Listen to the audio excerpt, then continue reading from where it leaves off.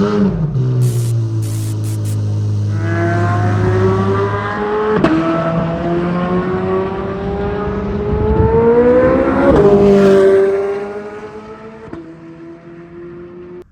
back to BGMS Garage. We are back on our 2021 C8 track car. So I gave it a quick wash down, cleaned up pretty good. Got her up on the lift. I saved you the pain and suffering of watching me push this thing over here from where we washed it to where we are finally ready to put up on the lift. So I'll get it up on the lift and we'll take a look underneath, see what's damaged, see what isn't. Start making a parts list. We've got our C8 up in the air, and just in case anyone was wondering, I get it about 2 feet off the ground. I did give it a shake and say that thing's not going anywhere. So at this point, physics wouldn't possibly allow it to let it fall on me. But we're gonna start at the back of the car, and this rear fascia, a little bit of damage, again, not concerned. And this, I'm not sure if I broke this when I was taking it off the trailer, but I did hear it crack. I assume there was some of this damage done from when Copart, they move their vehicles around with a very large forklift, so hoping not to see really any damage under here. This is pushed in a little bit, not a big deal. I think this is pretty much normal for what you would see. Looking at the suspension and the rear end, everything actually looks pretty good, so everything looks connected. Going under the middle here, surprisingly all the bolts are in place. Floors look good. There is a missing bolt right here and one right here. Pretty typical for these cars to be missing a few bolts under them by the time a few people end up doing some maintenance and some work on them. So now we'll focus really on this corner, but as we walk under the car, this front part actually looks like it's broken. Some of the bolts are pulled through. We'll bolt it up there and determine whether we buy a brand new one or not. I would guess at this point we would replace that part, but we will take a good look at it and see. I'm going to pause for a second and grab a light. Starting on the passenger side, where it doesn't appear there's any damage, everything looks really as it should to me. I don't see any signs of any cracks or frame damage or anything on this side of the car. As we come around, radiators look good. I'm sure at some point someone's had this front cover off. There's a few bolts missing out of it, which we will of course take off as well. So as we get to this side, lower control arm again looks really good, looks fine.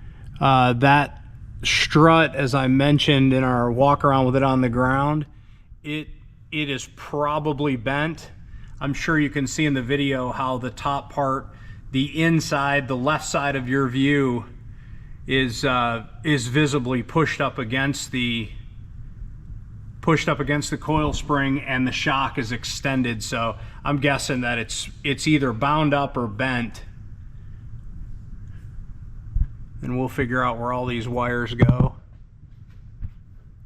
But frame wise, the rest of the frame, the casting, the control arm, I don't think I would trust the bearing going forward. We'd probably buy a new bearing for this corner just because of the amount of shock that it took.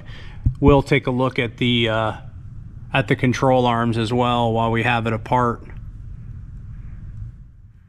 But strangely enough, everything over here, nothing looks cracked. The control arms don't look cracked. The subframe doesn't look cracked. I'm just not really seeing any signs of anything other than that cap up there, which really could be good news for us. As I mentioned, I'm by myself today, so I'm going to put the camera on the tripod instead of Jack shooting video. First thing we're going to do is I'm going to make sure all these bolts are loose for this front plastic piece. I'll break all the bolts loose, then I'll probably take them out with an impact. I don't generally like to use an impact. I definitely don't use an impact to put stuff together. But taking things apart, once it's loosened up, obviously makes it a little quicker. Any of those parts we take off, we save the clips off of them for future projects. I don't know if we need this off for the work we're going to do, but I'd like to get a good look at everything underneath the car, since we'll have it the whole side this far apart. It'll be nice to make sure nothing else is broken. Just get a good look at everything underneath. Obviously, we're going to take this thing to the track and drive it like it's stolen.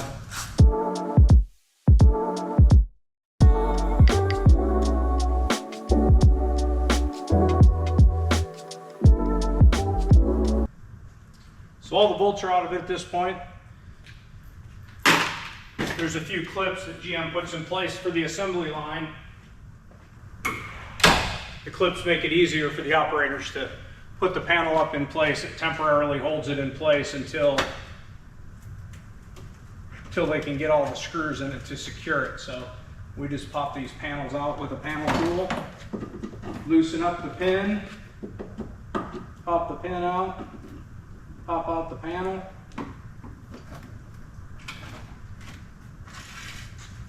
Down it comes. That panel looks salvageable, and I don't see any other damage. The cradle, everything looks good. Sway bar, steering, nothing's leaking. Really strange how this car actually got damaged. Really interesting that it seems to all be focused right here and primarily up on the strut. I don't think that this wheel has been replaced. It doesn't look like it's been replaced. Everything looks good. I'm going to drop it down and take the wheels and tires off. Well, we ran into our first snag. Put the car up in the air, as you saw me do, went to take the wheels off the car, and it actually has locking lug nuts on every single lug, which is absolutely insane. So 20 lugs, we're going to have to figure out how to get that unhooked off the car. The good news is the fob that we thought we didn't have, I actually found. In looking around in the car, I hooked the battery back up, moved the seats all the way forward, and this was actually wedged behind the driver's seat. So the car started right up with the key fob, obviously able to unlock the doors and everything. It's pretty beat up. We have a new one coming. So this actually should allow me to program the fob with the car instead of having to take it to the dealer. But the car does run, oil pressure, everything good. It's definitely a step in the right direction. So anytime you're doing a project like this, I think you take all the positives you can get. So we'll do a quick video of starting this thing up and letting you guys hear it run.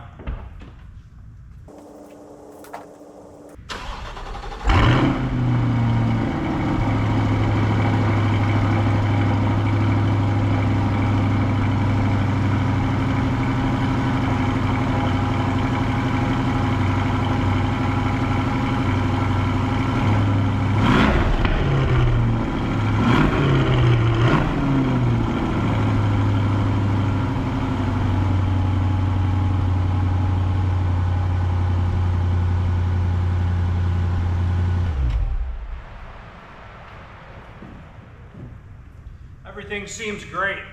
Good oil pressure. It does have 22,000 miles on it. So we'll definitely take this as a win. Well, a quick trip to Advance Auto Parts, and I picked up this little kit. I hope you can see that on the camera from Die Hard. I always am skeptical that anything like this will work. But quite honestly, this little gadget here for 3/4 inch and 19 millimeter, I put it on these lug nuts, just give it a little pop, and they actually all came right off. So take another victory, one for the key fob and one for the locks. So I'm gonna get the rest of these removed, then we'll pick back up with the suspension removal. I got the other 3 wheels off already. We're gonna go ahead and get this one off.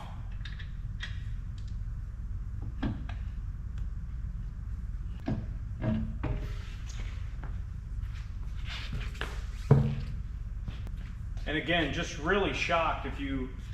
We take a look at the rotor, we take a look at the spindle, the brakes. The car needs brakes, front shoes, but nothing else here. Yeah, nothing else here looks damaged, but that cap and the top of the frame. It's really really pretty interesting the way that this thing failed. Pretty odd. So I'll bring the camera over here closer so we can get a better look. But if you look right here in this picture, this is the top hat for the shock. You can see the boot is twisted. I assume the strut is also bent. The shock is also bent. But this bolt and this bolt are actually supposed to be right here in these holes. So it's really interesting because it doesn't actually look like the frame rail is damaged at all. It looks like just this cap. And I say damaged at all, meaning bent. But the shock, the cap on the shock is definitely destroyed, which we'll take a part number off that. We've looked it up. It's about $140. It's not an expensive part. There's probably some damage to the holes on the opposite side of the frame, which is why the insurance company would have requested to replace the frame and why the car is actually totaled.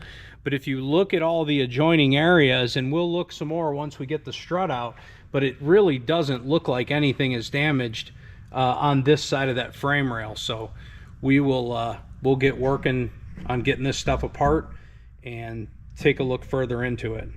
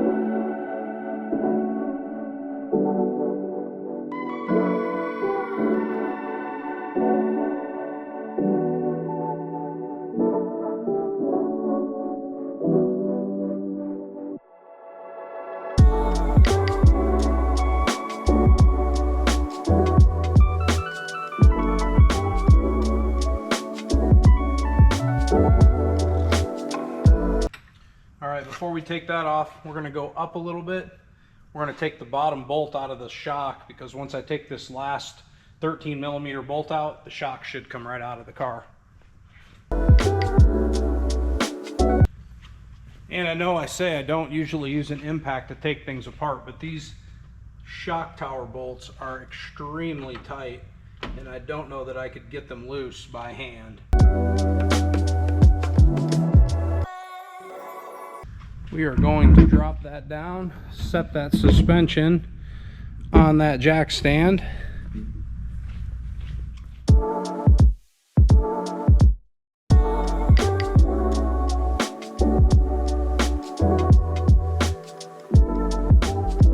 We'll take the last bolts out of the top, and then we should be able to raise that up a little bit and take that out.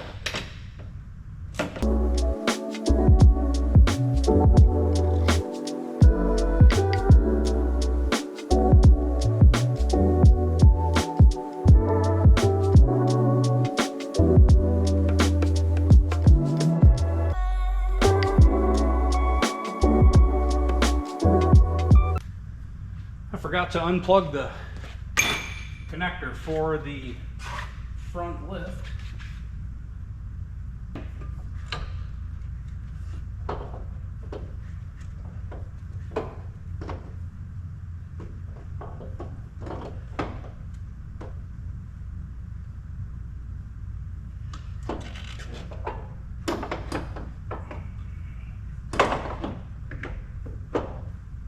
All right, so I got it turned now where I can get to the hydraulic hose.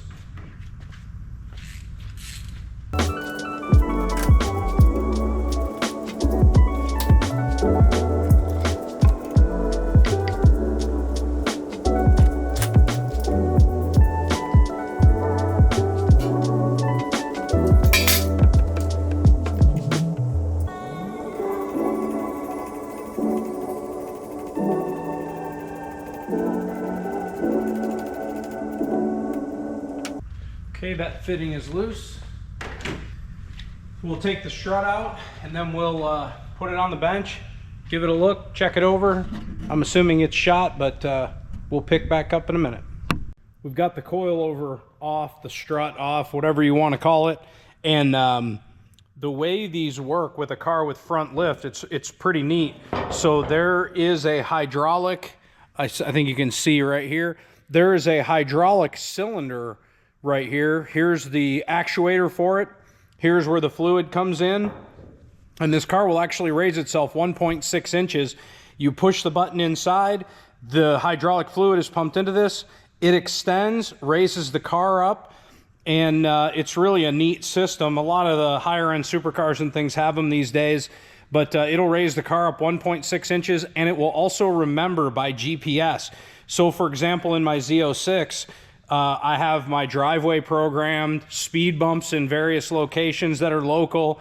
It's really a cool system. Now, with what we're gonna end up doing, we won't use this on it, I don't think, but we'll have to evaluate that. But as you can see right here, this strut should be straight. So it is wagged pretty heavily right here. You can see the gap on this side, no gap on this side. So that part of that damage was that strut ending up being bent. Surprisingly, the top cap is not damaged, but the shock will, it absolutely will not move. It is completely bent. So it's junk. There are 2 bolts remaining on this cast piece here. And looks like one bolt on the windshield washer tank, which we may also have to remove in order to get this out.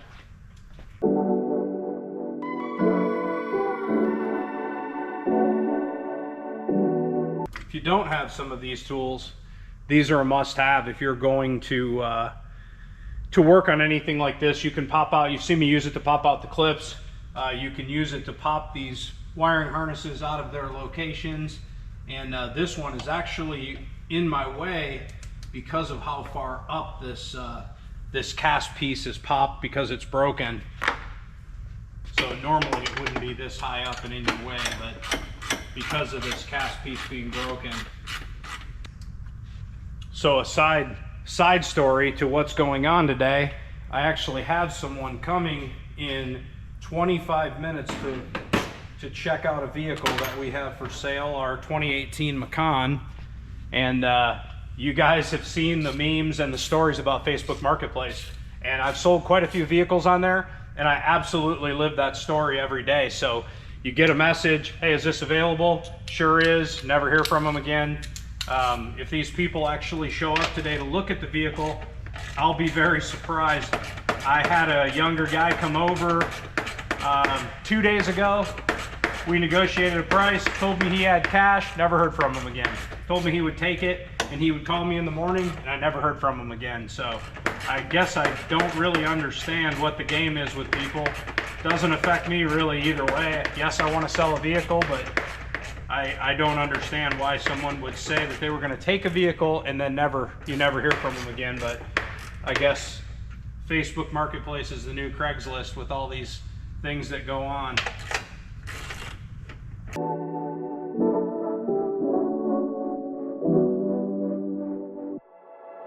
So interesting enough to me, both of the bolts that this top cap were mounted in with,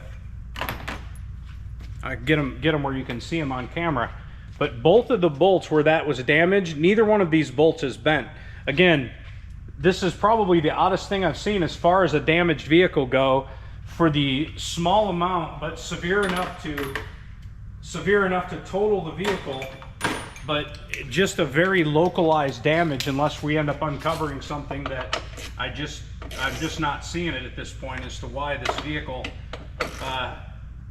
how it got damaged so severely, but so it's in such a local position. It's really odd to me. So we'll take this bottle out, find out where the other fastener is. I believe it's under the trunk, under the front cover. So we'll probably take that out. I'll see if I can get the casting out of the way so we can see the extent of the damage. Huh, interesting. So here's the casting.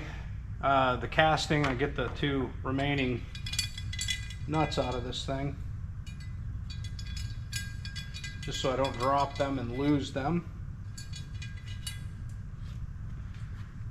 So the casting is actually in reasonable shape, other than these 2 ears are broken off. And again, this piece is pretty cheap, so something easy to acquire, readily available, easy to replace.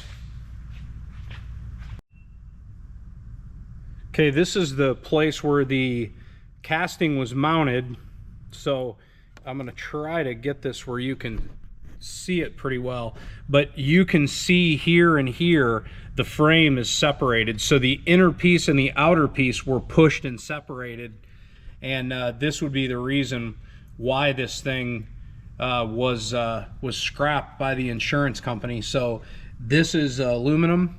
There's a bonding agent in between it. I think you can sort of see the purple, and then these things would have been pushed apart. There's glue in between them, but now we know exactly what happened here, and we'll start taking some other things apart, and then we're going to formulate a plan as to how to fix this. I have a pretty good idea of what we can do, but we'll take it apart, we'll formulate a plan, and we'll come back and go over what we're going to do. So after looking this over, it really looks like the damage is confined to that one small area. So I'm going to get the frunk out. Haven't taken one of these apart before, kind of hoping I can just pop these fasteners out that I see and lift this out and kind of start to open the area up where we can see if we can get in there, kind of put that back into position. And I think we can just weld it back up. It was originally glued and there were some rivets in it to hold it in place, but I think we can move it back into position and actually weld it. As I mentioned, it is aluminum, but it seems like it's in a place where we will be able to pull it back to position and weld it.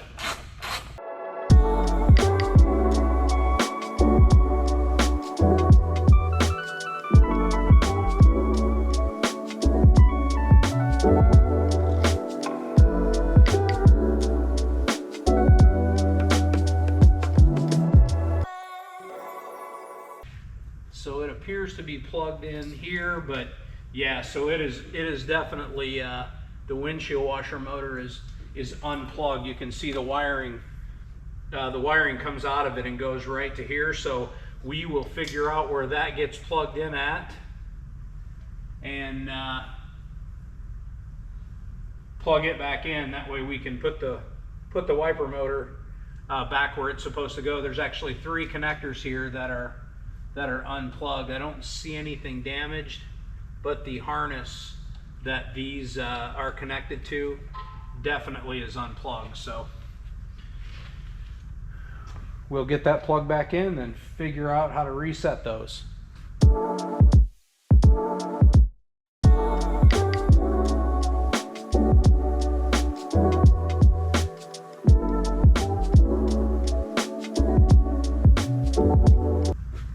Looks like we do have 2 more nuts underneath there, and then I'll have to pop this out and see if we can get it.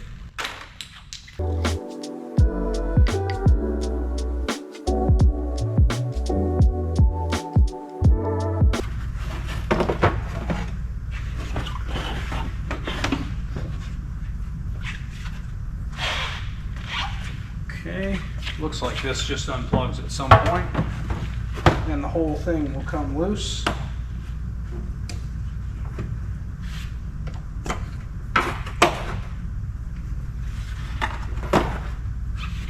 And there we have it.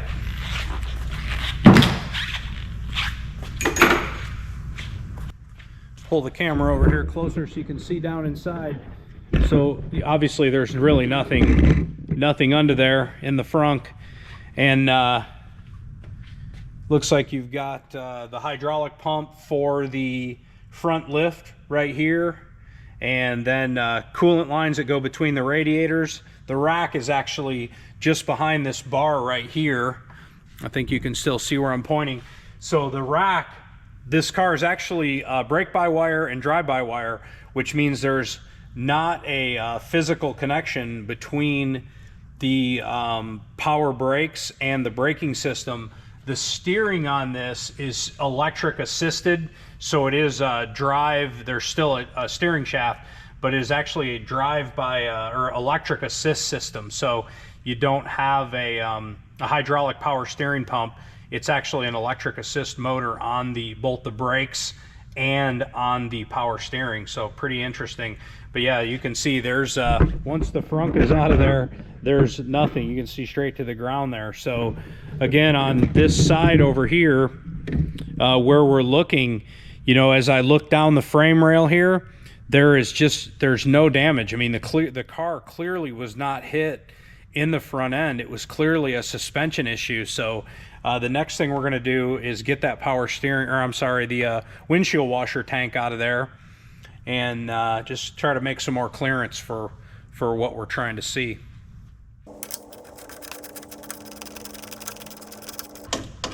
Biggest thing for me when I'm taking these apart, it's something I haven't done before, is really just to pay attention where I take the bolts out, where wiring is routed, those types of things, so I can get it back into the correct position.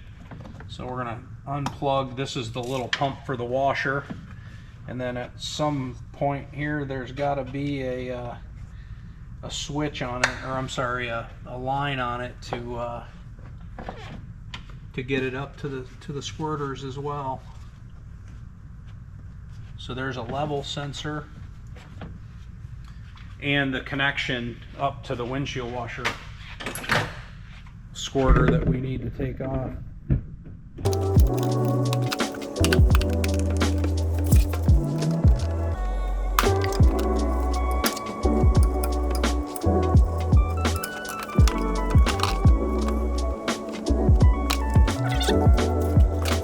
All right, so that gives us pretty clear access to the area we want to look at here.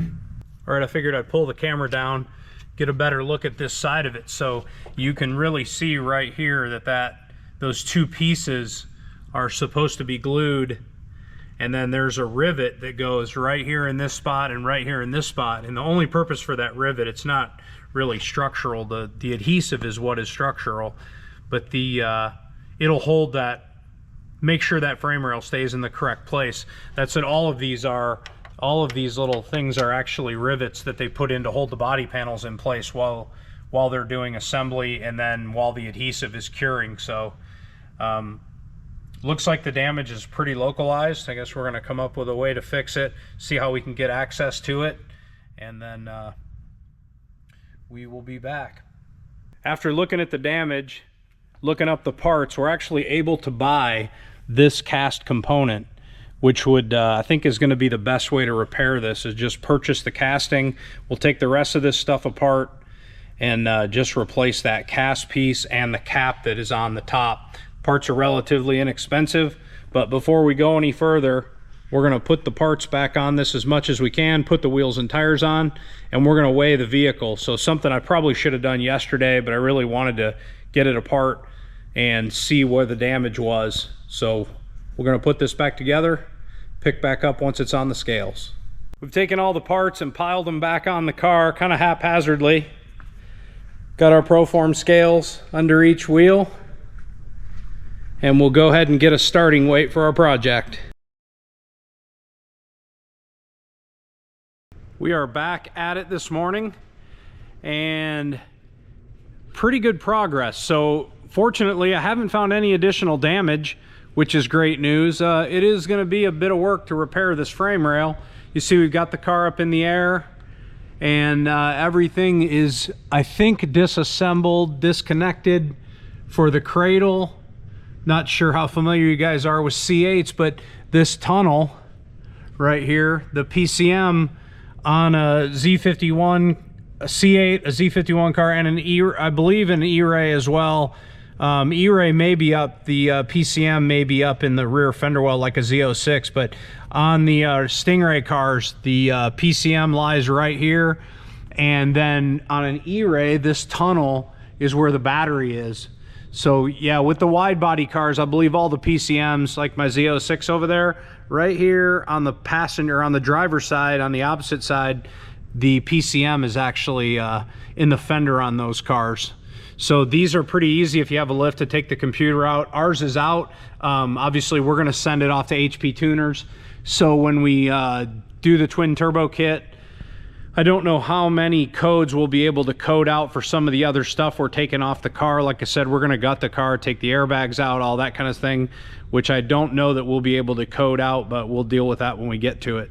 So up in the air, just about ready to drop the cradle out. We are going to 3D scan all the suspension pickup points for another project we have in the works, and have a stand on the back. I am going to take the rear brakes off of the back of the car before I drop the front cradle out. Pretty paranoid about the weight balance on these lifts. We do use the East Coast Supercharging pucks when we move the cars up on the lift, and I've never had any issues, but you know, I don't want to get crushed by a car, so I do put the stand under it, and I'm going to try to take a little bit of weight off the back of the car. I've got to remove the rear fascia. We actually have partnered again with Miltech, and Miltech has provided a cat back system for our race car, and you guys should really check out their webpage. We had the first C8 exhaust that was in the US. It's on their webpage. It's on our Facebook, or I'm sorry, on our YouTube channel as well. And then we worked with Miltech on our Z06 and had their final production Z06 exhaust on our car. We do have a set of larger tips and a set of their high flow cats for the Z06. We'll get those on here at some point and kind of work from there. But a lot of projects in the shop still. Both the race cars are actually down at Flat Rock, down at the track. So we're have a little bit more space to move around. We'll do a video of the shop here at some point and let you guys see what's going on with that.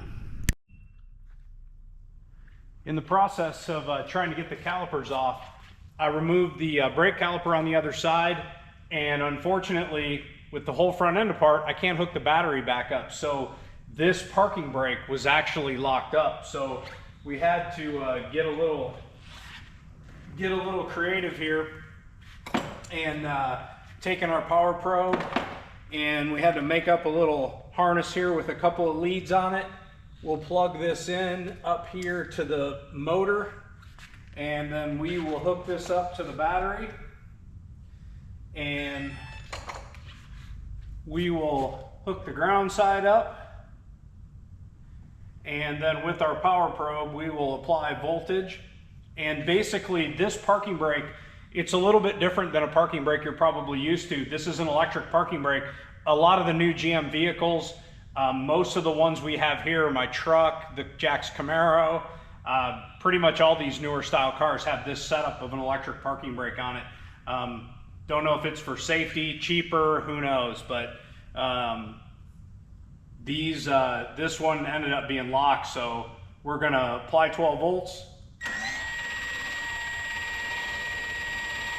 You can hear the motor unlock, and hopefully now we'll be able to turn the rotor, and the brakes may actually still be locked up on it, but we're going to use this to